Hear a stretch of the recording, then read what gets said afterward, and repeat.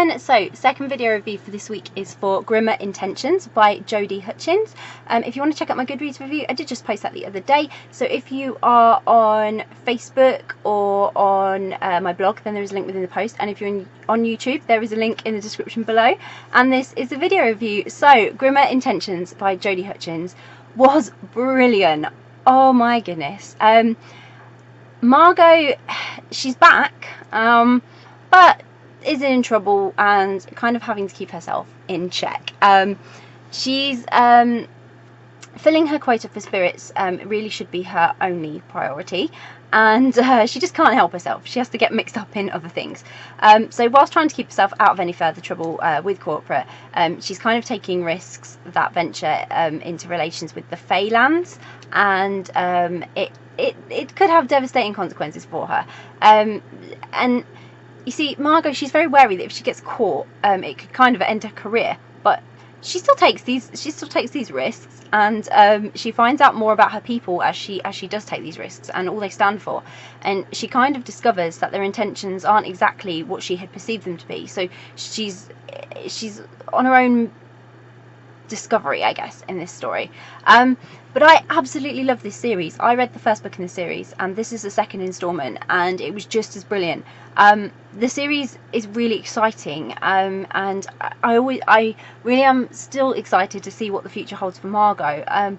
It was great to get some of her origin story in this sequel, and also see her interacting with other characters for her own personal relations, rather than just work, because in the first book she was very much dealing with work, and you didn't get as much of her, but in this you definitely got a lot more of Margot. And there's an amazing chemistry between her and Jackie, who is the person she's dabbling with in the Feylands, and it opened up Margot's character, and it just shows us that although she was quite emotionally disconnected, and that's the impression I got from her at first, at times, you know, she could be quite vulnerable, and it was nice to see that side of her.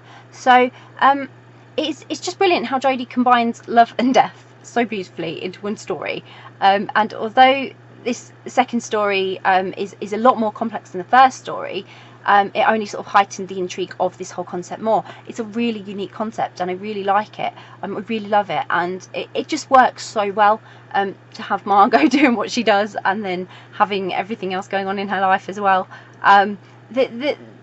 The introductions of other worlds and beings, it also gave it sort of a bit of a crossover, and it's crossed further into the paranormal than it was with the first book in the series, and it's really crossing boundaries where it comes to paranormal and fantasy genres, and it's given its scope for some more interesting storytelling in the future.